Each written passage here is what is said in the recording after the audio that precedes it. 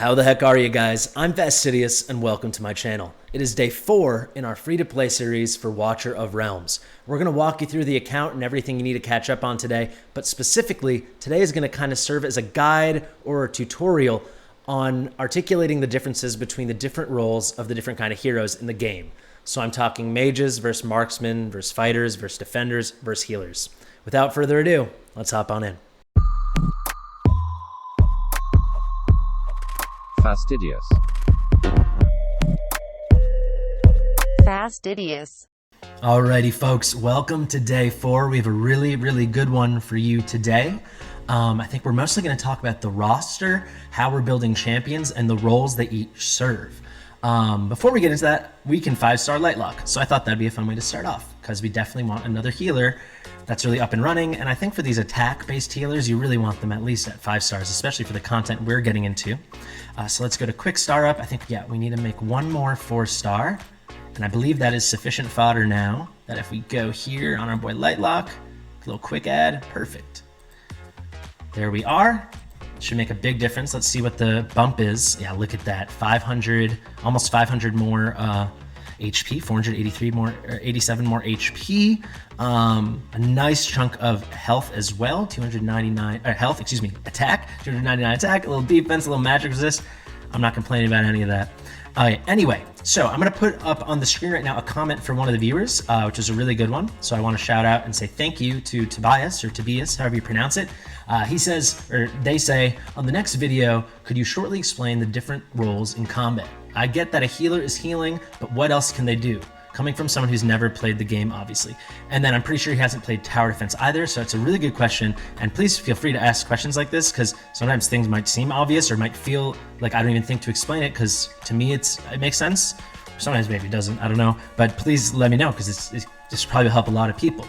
So one thing that this game did confuse me on is even finding these symbols the first day I played it, because they're really kind of tucked away. There's only 5 roles in the game. I would contend, and I probably will in this video, that it should be 6. But they tuck it away in the corner, and then you also have this faction badge in the corner, and then sometimes you have the swirly thing for fusion material heroes, and it's very confusing as to like what everything means. Or sometimes you get stuff like this. This took me days to figure out. Someone like Marine is in 2 factions. In all the games I've played, I've never seen that before. There's a few champions like that. This guy over here, Nero. Anyway, so let's just talk about the 5 different roles. They have their little descriptions. I'll give mine. So let's start with grouping them by kind of where they stand. So what I mean by that is if you're in a level, let's just pick something completely random. I guess our next campaign stage. Go in here, doesn't matter. So we have 2 kinds of tiles. So with these tower defense games, you know, this is their quirky mechanic, right? So we have floor tiles and we have ground tiles, floor or ground, however you want to call it, and then you have platform tiles. And some of them, you know, they don't let you put them in. Like in this game, they make little things like, oh, this one's cracked, whatever. But someone like Mari, she's a fighter. She can go on any of the available ground or floor tiles. Whereas someone like Brienne, who's a marksman, or Mary's a mage, can only go on the selected platform tiles. Yeah, maybe seems fastidious, but let's just make sure we all have the same baseline knowledge. Okay, so to go back to our champions, there's basically 2 groups. There's like the mages, the marksmen, and the healers. Those go on platform tiles. Maybe there's like 1 or 2 exceptions that I haven't discovered yet, but the vast majority, those sit on platform tiles. And then you have our fighters and our defenders. Those will sit on our floor or ground tiles, right? So those are more of our melee units that are doing like hand-to-hand stuff versus ranged stuff. You can kind of think of it that way, like physical close combat versus ranged. So if we pull it up here, I'm just going to show you all our defenders and fighters. What really is the difference between these 2? Well, actually, maybe the best way to demonstrate this, because my heroes aren't all fully built, is to go into the gallery, which I suggest you do whenever you get a new hero. So let's take Deimos, who we pulled yesterday, and let's quickly give him a look-see. So if we go here to info and we click hero details, make sure to click max level, because eventually if you want to build a hero, you want to know what they're going to look like at their max. And here you're seeing he has 3,333 attack. He's got about 15,500 HP and 2,100 defense. We'll just look at those 3 numbers for now. So how does that compare to now? Well, let's look at a tank or a defender. So let's try to find someone comparable. Let's say Baron, we have him too. So he has just, I gotta go max level, just about 2,500 attack, a lot of HP at 24, almost 25,000, and then 3,000 defense. So these guys are a lot bulkier, the defenders, and they're like shields, like meat shields or body shields. They might have special abilities and bonuses that they get, especially the higher quality ones, the rare ones, and then the legendaries, of course. But if you see here, his basic attack, very simple. It's a physical attack, deals damage to one enemy. Casts a shield that can absorb damage. So there's a shield, just trying to make him tankier, absorb more damage, really be like that shield for the rest of your team. Dealing extra damage, and then unyielding, the special thing where he's like basically unkillable or can't be brought down for X number of seconds depending on how you've leveled him. So really cool, right? And if you look here, the other key number is going to be block. So he's 3 blocks. So if there's 3 defenders coming through his lane, he can be taken on all 3 of them. But if a 4th comes, he will go through and either go through to your portal, and you'll be in trouble, or there'll be someone waiting behind him, and that's who will have to deal with him. So that's kind of what your defenders are like at its core. So now our next melee unit, how does that depend? How does that relate to fighters? So let's go back to Deimos. So you saw fighters had lower HP, more attack. It's a general rule of thumb.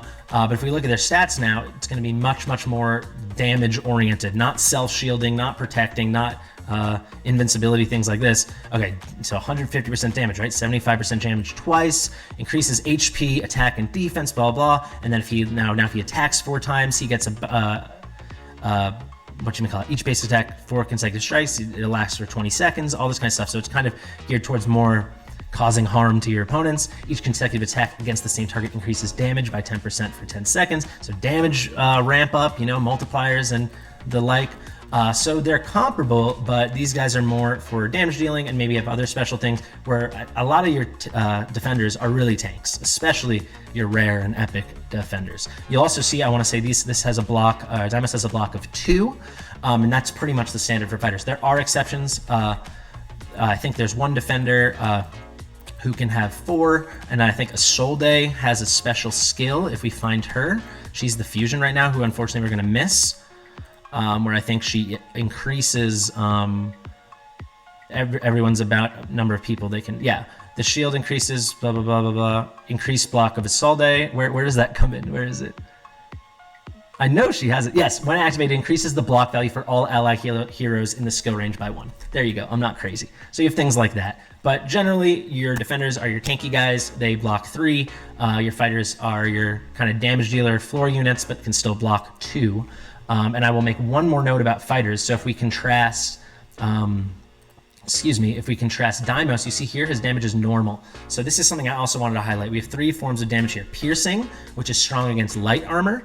Magic, which is strong against heavy armor. We'll get into that when we talk about marksmen versus mages. And then normal, which is kind of the happy neutral in the middle. So Deimos, he's got normal damage, right? So that's something to keep in mind. So if he's going against light units or heavy armor units, he's going to put out the exact same damage, assuming they have the same stats. If we look at someone like Scorch, who we just pulled, who's really great, he has magic damage. So he's really good on the kind of content where the people have heavy armor. So I'm talking about like the promotion for mages. I'm talking about Gear Grade 1. Gear Grade 1 has a bit of everything, but for things like this, he's really excellent. So keep in mind, and don't be afraid to go into the little magnifying glass thing and see what kind of armor your enemies are going to be wearing.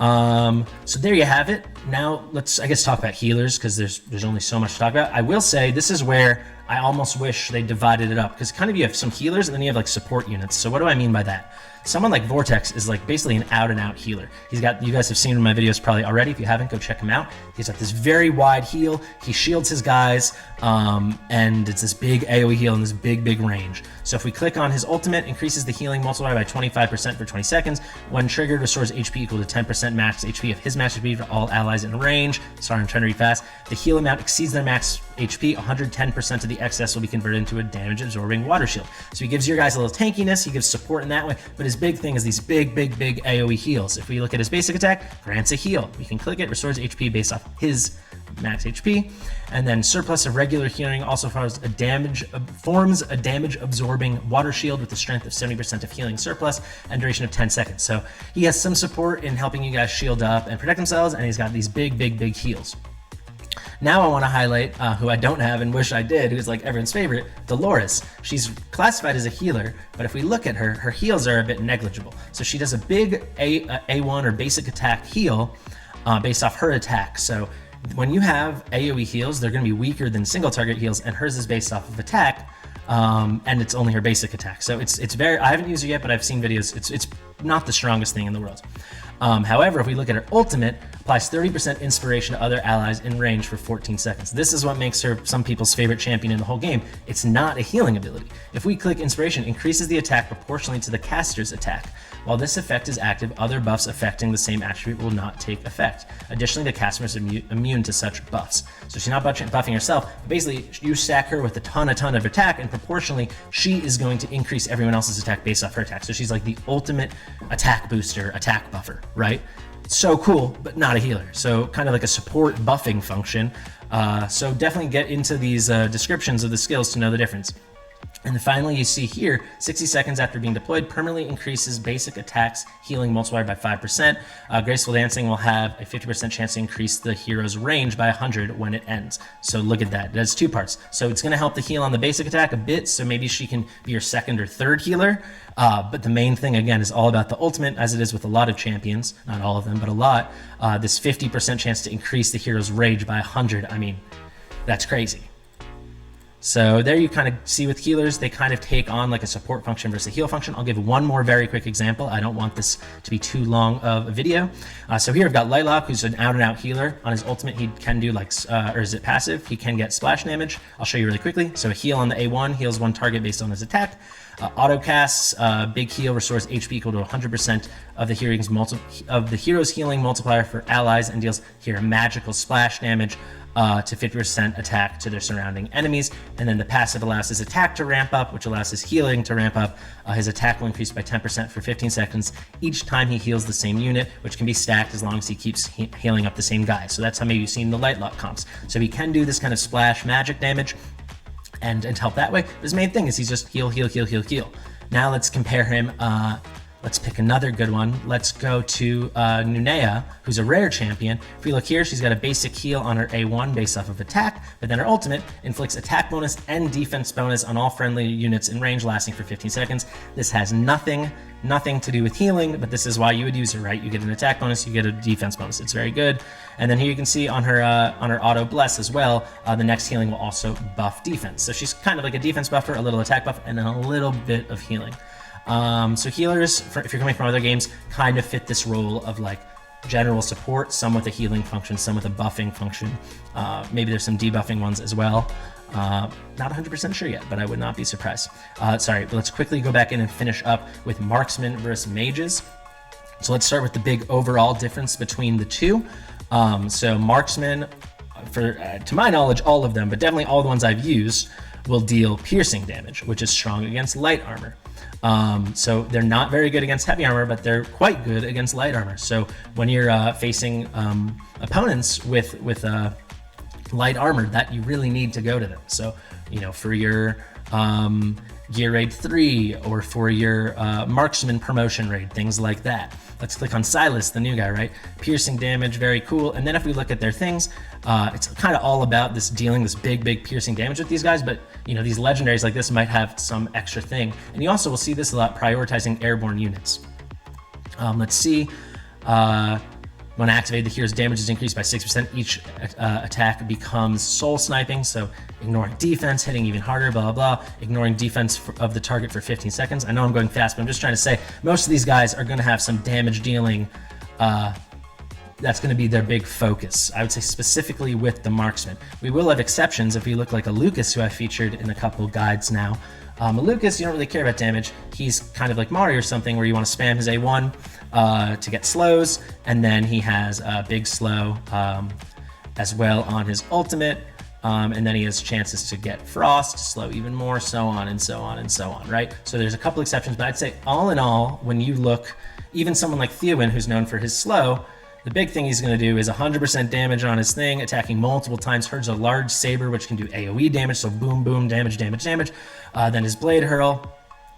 His ultimate throws a spinning blade that deals damage to 100%, stays in place, deals AoE, 85%, blah, blah, blah. And then finally, we'll see on the passive, If Blade Hurl and Large Saber are triggered when casting Hamstring, inflicts a slow. So yes, he has a 50% slow, but if we look at these two skills, I know I'm going fast, but it's about damage.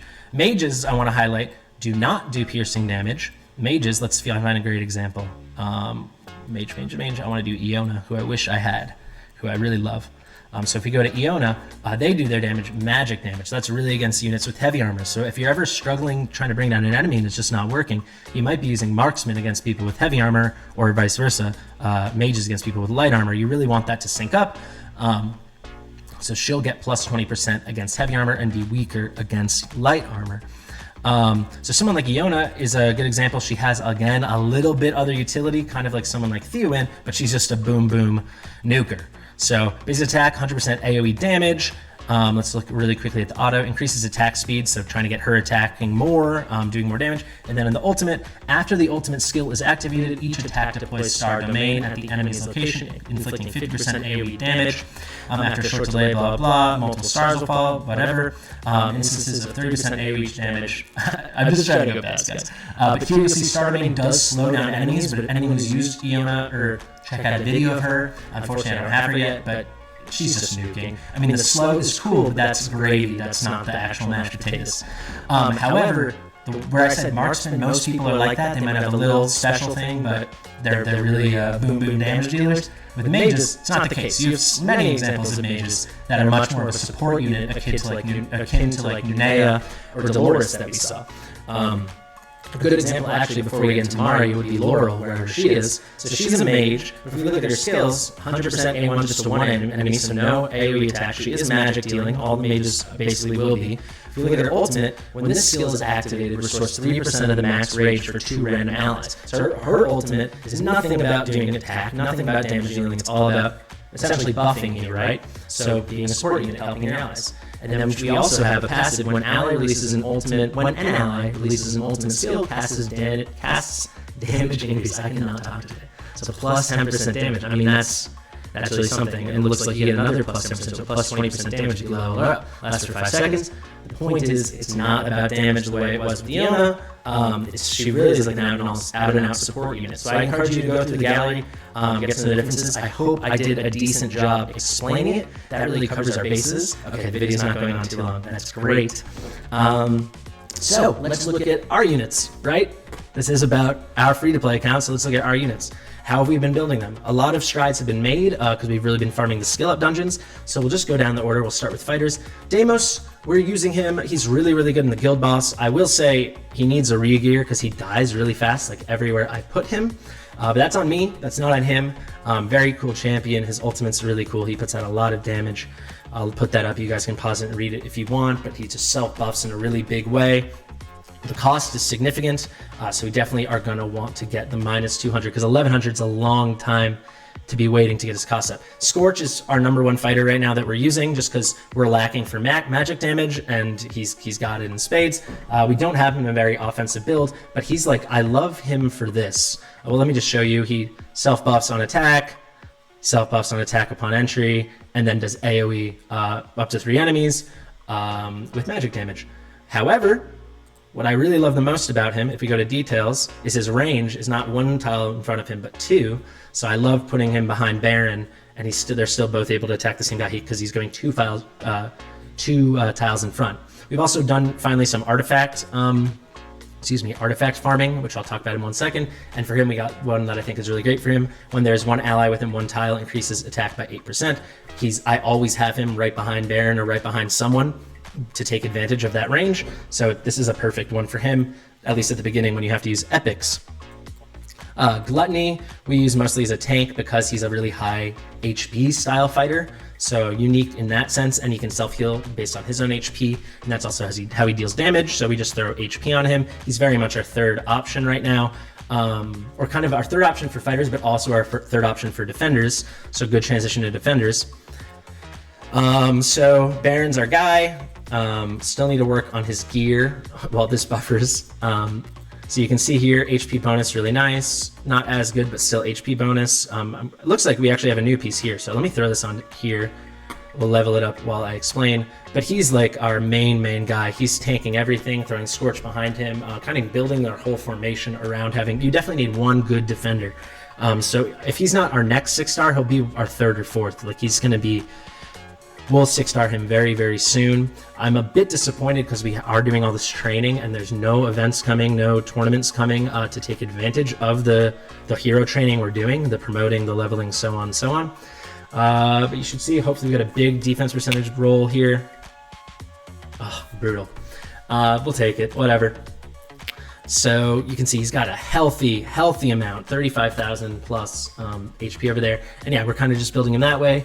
I will say the one thing that frustrates me, I cannot talk, frustrates me with Baron is I love his ultimate. Cast a shield that can absorb damage equal to 90% of max HP for 10 seconds. When the shield, you see we've also skilled him a bit. When the shield disappears, it gets broken, AoE damage, but just putting up the shield with a really low cost at 500, and eventually we're going to get down to 400 is so good. However, it's a drag that it's manual. I wish it just whenever an enemy was near, he threw it up.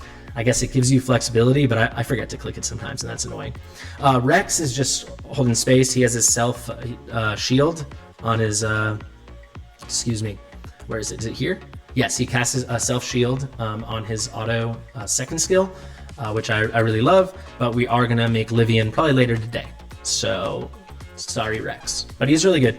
He's probably the best rare I've used, him and Voltus, besides like the niche ones, you know, but just for an overall normal kind of build. That's it for defenders, because I have not touched Titus. For hunters, you can see we focus mostly on Brienne. I'm leveling Marine just in hopes of getting to pull Glenn and then getting to make Theowen, so she's ready.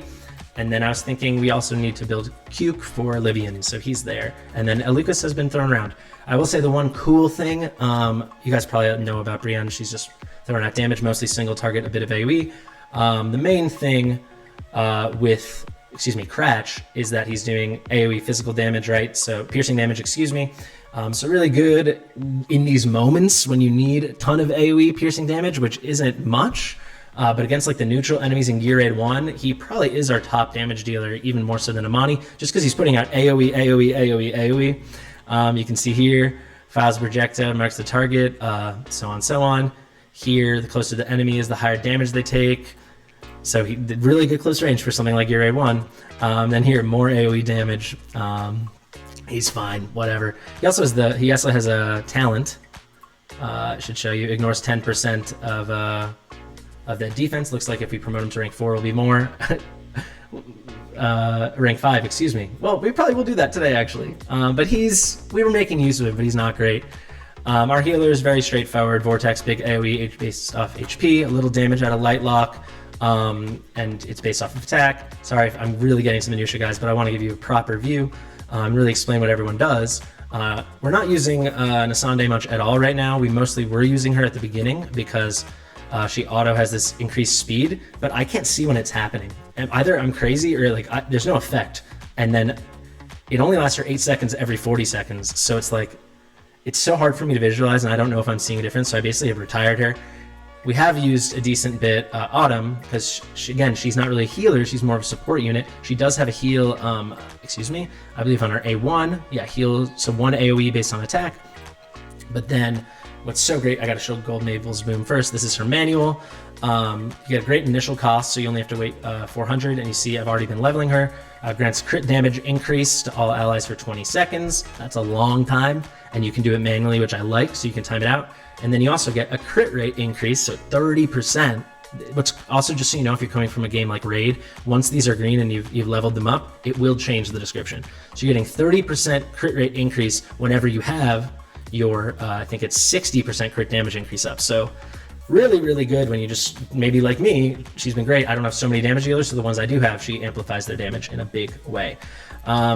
Finally, let's just talk mages. Amani, boom, boom, boom. She's our big hitter, tons of attack on her. The one thing I'll say, so the way her ultimate works is she kind of just enters this overload state, so like this frenzied state.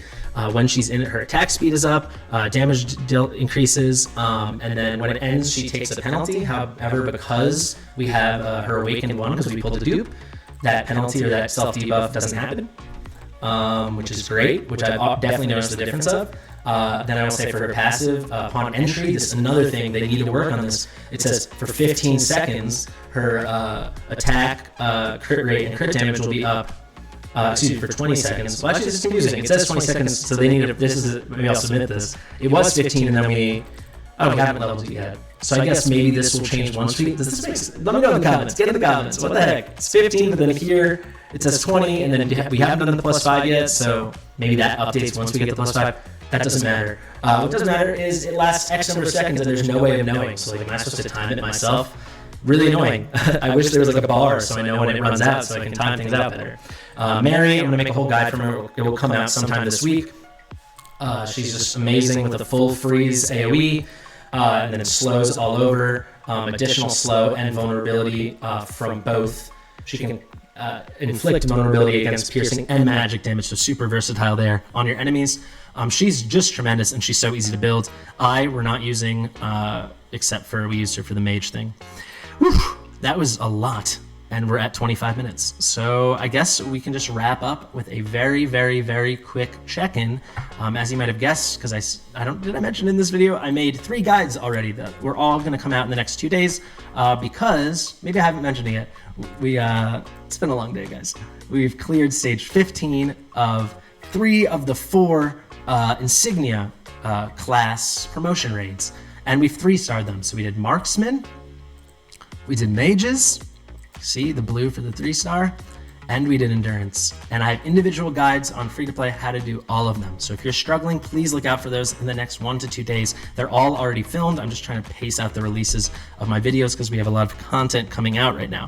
I will say melee, I talked about this in the videos too. Melee's a lot harder, at least for me. You see the BP required isn't any higher, but I mean, you lose all your platforms starting at this stage. See, let me show you the map. And they do give you like a general self-heal, but I just don't have the damage to keep up with it. We actually almost did beat 11, so we probably will once we get some better gear on these guys, but I think 15 is a ways off. Maybe we'll need at least 3 defenders, at least 3 good fighters. Difficult stuff. Actually, I'm so happy I said that because there is one or two things actually. So hopefully you didn't comment yet. Fighters aren't just out and out melee. For the vast majority they are, but you do have some niche ones. So these are cost fighters like Narvi, who I use all the time now, and Dallin. They're less about damage and more about just their special skills. So the auto adventurous on Narvi, and then her ultimate, where regains 8 points of cost. Regains 3 points of cost every 15 seconds once you level her up. So this is just something they need to work on actually, because they're not making this translate. It should be 15 once you level it. But there you go. Same thing with Dallin. You also get really niche ones like Skulf, who I have used a bit, just because his ultimate, he gives an attack bonus on 3 random allies. Again, another thing, if maybe I'm just missing it, but there's no way, not this is turning into a rant, I see no image popping up or no icons showing who has their attack bonus affected. I would love to set him off and then, it appears above Brienne's head, so now I know to use her ultimate or wait until, or use someone else's. You know what I mean? Okay. They need more signifiers in game, but I'll give them a break. It's new. So yeah, and then someone like Decimus, who has a really special passive that where's his very fast redeploy? Oh yeah, attacks on enemy, whatever. Revival time greatly reduced. So what's so cool about Decimus is he takes 1 fatal hit. From here, he remains alive for 6 seconds. I think up to 8 seconds, I'm assuming, once you level it, which is great. Because like against Gear Raid 2, really throw him down, those big boulder guys hit you, he pops back up so they can mitigate damage, and then he's got a really short revival time, so you can just keep throwing him back out as a little piece of meat here and there whenever you need him. Okay, quickly. Gold, haven't done much because I still need to focus the hard campaign. That's actually where we're stuck with the hero's path. Gear Raid 1, we did make some progress on stream last night. Keep an eye out if you want to follow me on stream. It's twitch.tv/fastidiousYT. And we beat stage 10, which is really cool. And we probably will farm the second we have an event to do it, because now we can get gold gear for our swords and our breastplates. And we desperately need that, or our weapon and our breastplates. Because up until stage 9, the best you can do is epic. And that's definitely where our gear has been hurting. Gear 2, we pushed pretty well at stage 9. I'm really hope in the next day or 2 we're at stage 10 so we can start seeing some mythic gear. I think we will be. You can probably hold me to that. Gear Raid 3, probably a little longer. If we got Theo in, for sure, but that's going to take a Glen. But you see I'm already struggling. I couldn't even 3-star stage 9 yet. I think that basically catches it up. The last thing I will say is we finally did push an artifact materials raid. I suggest doing this once you're about at the level I am, so at least you can get through stage 8 or through stage 9. Quite good gems for diamonds for first time clearance rewards, but also just getting some amount of these, then you can just have some artifacts. So if we just very quickly, and then we're gonna end the video, folks. We will do one summon because we have to do our daily summon, and then we'll end the video. If we just click on any of these guys, click on artifact, click on forge, excuse me, not forge. Actually, we can forge one, look at that, why not? But basically, you just want to get some artifact on everyone because amazing. Wow, that really worked out for us, huh? AoE healing effect by 3 for every 1 ally's increased range up to. This was made for Vortex. Oh my god, class limited to support, obviously. This is, or healer, this is unreal. Well, actually, perfect example. So what I was trying to say before that awesome thing happened is you just want to get them on everyone, because I will just show you. It just gives a great stat boost. So you see everyone we use is wearing something. They're basically all unleveled besides a couple pieces. See +7 down here to Imani. I just did that for fun and for a mission. But look, we're going to watch the BP increase right now, okay? And we're going to get 950 attack, 950 HP, 335 attack just from doing nothing. So we click, and look, his BP goes up 1300. So just throwing anything on is really great, and definitely worth mentioning. The legendaries have so much better stats than the epics. So even if you don't like the effect, I would still put on the legendary stuff. What a cool way to end the video. That went really great. Maybe we'll also get one more amazing summon. We have to do it, guys, because it's free. It's gonna just move on. I'm pretty sure you only get these for the first week, unfortunately, and that's a bluesy. Glenn. Ooh, Sheller. Okay, guys, thank you so much for watching. Please let me know how you're enjoying these videos in the comments. I'll see you in the next one. All right, I cannot believe I almost forgot, but you guys might remember our old friend Toxashock. Leak and Toxashock.